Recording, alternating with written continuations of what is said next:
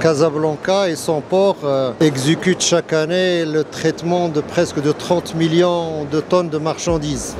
Évidemment, une bonne partie est destinée aux 4 millions de consommateurs de la ville de Casablanca et ils ont les 7 millions dans le Grand Casablanca ou dans la région de Casablanca. Grâce au réseau ferroviaire et au réseau autoroutier, la connexion de ce port et ces marchandises au reste du Maroc. Et la logistique est aujourd'hui un facteur déterminant, non seulement dans la distribution des marchandises au consommateur final à travers différents moyens. Aujourd'hui, les exigences dont le Maroc est devenu signataire, notamment les exigences en matière de l'environnement, qui exigent la non-circulation dans le futur de grands engins dans les villes pour éviter les encombrements.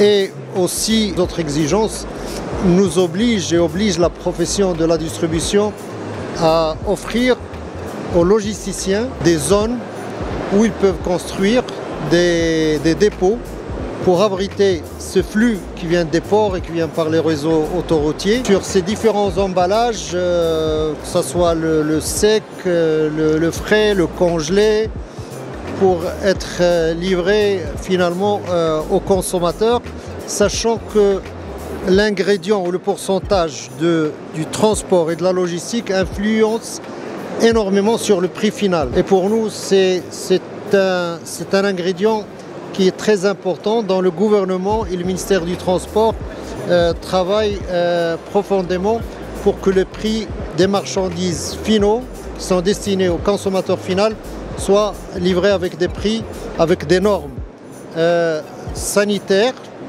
requis et surtout avec des prix très raisonnables. Une entreprise ne peut pas être performante si sa logistique n'est pas compétitive.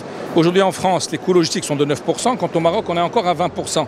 Donc il est important d'améliorer notre compétitivité et nous en tant qu'entreprise, nous sommes là pour ça. Alors cela est encore plus vrai quand on voit au niveau géopolitique, par exemple Trump, toutes les barrières non tarifaires qu'il a mises en place, notamment droit de douane, qui va perturber aujourd'hui les flux mondiaux, au niveau des marchandises, entre l'Asie et les États-Unis. Les Asiatiques vont certainement maintenant aller vers les marchés européens et les marchés africains.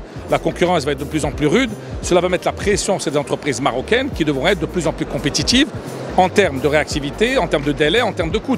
Et nous, aujourd'hui, ici au Salon, nous sommes là pour montrer aux entreprises que nous avons les structures, les entrepôts logistiques. Au niveau de la voie express, nous avons des entrepôts logistiques qui permettent de stocker des marchandises, qui permettent à l'entreprise de ne pas investir en CAPEX et d'être uniquement en OPEX qu'en charge variable. Donc aujourd'hui, nous, on leur offre des espaces de stockage, du transport de marchandises, de la distribution de manière mutualisée. Nous mutualisons plusieurs entreprises, avec en plus tout l'aspect digitalisation. Parce qu'aujourd'hui, quand on prend à l'export, vous devez absolument être digitalisé.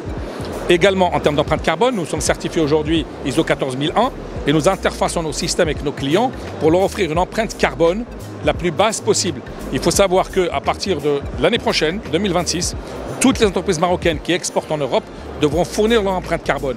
Et pour cela, il faudrait qu'il y ait des systèmes informatiques qui permettent justement de remonter l'empreinte carbone, y compris les opérations logistiques, vers les entreprises qui exportent pour qu'elles puissent elles-mêmes calculer leur empreinte.